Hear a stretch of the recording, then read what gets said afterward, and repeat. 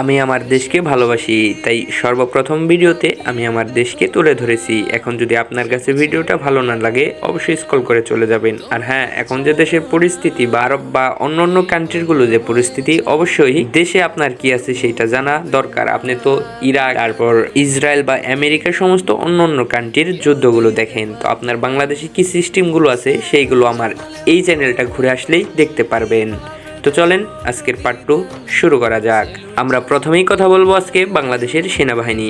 বাংলাদেশের সেনাবাহিনী দেশের সবচেয়ে বড় শক্তিশালী বাহিনী। এখানে ব্যবহৃত প্রধান ট্যাঙ্কারগুলোর মধ্যে রয়েছে 59 ট্যাঙ্কার, যা দীর্ঘদিন ধরে ব্যবহৃত হলেও এখন পর্যন্ত কার্যকর, এবং আধুনিক ট্যাঙ্কার MBT 2000, যা উন্নত ফায়ার কন্ট্রোল ও শক্তিশালী অবস্থান সহ একটি আধুনিক যুদ্ধ ট্যাঙ্কার। এছাড়াও সেনাবাহিনীতে রয়েছে আর্টিলারি গান, মাল্টিপল রকেট লঞ্চার এবং বিভিন্ন ধরনের মিসাইল সিস্টেম, যা দূর থেকেও আঘাত আনতে সক্ষম। আমাদের বাংলাদেশ বর্তমান প্রযুক্তির দিক থেকেও এগিয়ে যাচ্ছে। দেশের নিজস্ব ড্রোন প্রযুক্তি ও নজরদারি সিস্টেম তৈরিও ব্যবহার করা হচ্ছে, যা সীমান্ত পর্যবেক্ষণের, গোয়েন্দা তথ্য সংগ্রহ ও নিরাপত্তা নিশ্চিত করতে সাহায্য করে। এছাড়াও বাংলাদেশ নিরাপত্তা ও আধুনিক যোগাযোগ ব্যবস্থাও ধীরে ধীরে উন্নত করা হচ্ছে।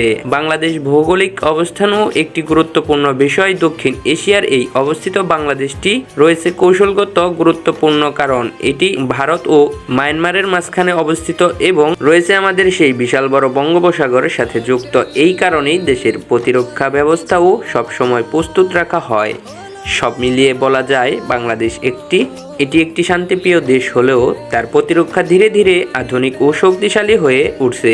বিমান ও নৌস্থল এই তিন বাহিনী সমন্বয়ে দেশটি নিজেদের নিরাপত্তাও নিশ্চিত করতে সক্ষম হয়েছে এবং ভবিষ্যতে আরো উন্নত সামরিক শক্তি অর্জনের পথে এগিয়ে যাচ্ছে বাংলাদেশ। তো কেমন লাগলো আজকের এই তথ্যটা অবশ্যই কমেন্ট বক্সে জানিয়ে দিবেন, আর ভুলভ্রান্তি হয়ে থাকলে মাফ করে দিবেন। তো ভিডিওটা ইয়ার তথ্য অনুযায়ী বানানো হয়েছে। যারা এতক্ষণ ধরে আমার ভিডিওটা দেখলেন তাদেরকে ভালোবাসা রইল। আর অবশ্যই যদি ফেসবুক পেজে থেকে দেখেন তাহলে অবশ্যই ফলো করবেন, আর যদি ইউটিউব থেকে দেখে থাকেন তাহলে অবশ্যই পাশে থাকা বেল আইকন নোটিফিকেশনটি বাজিয়ে দিবেন।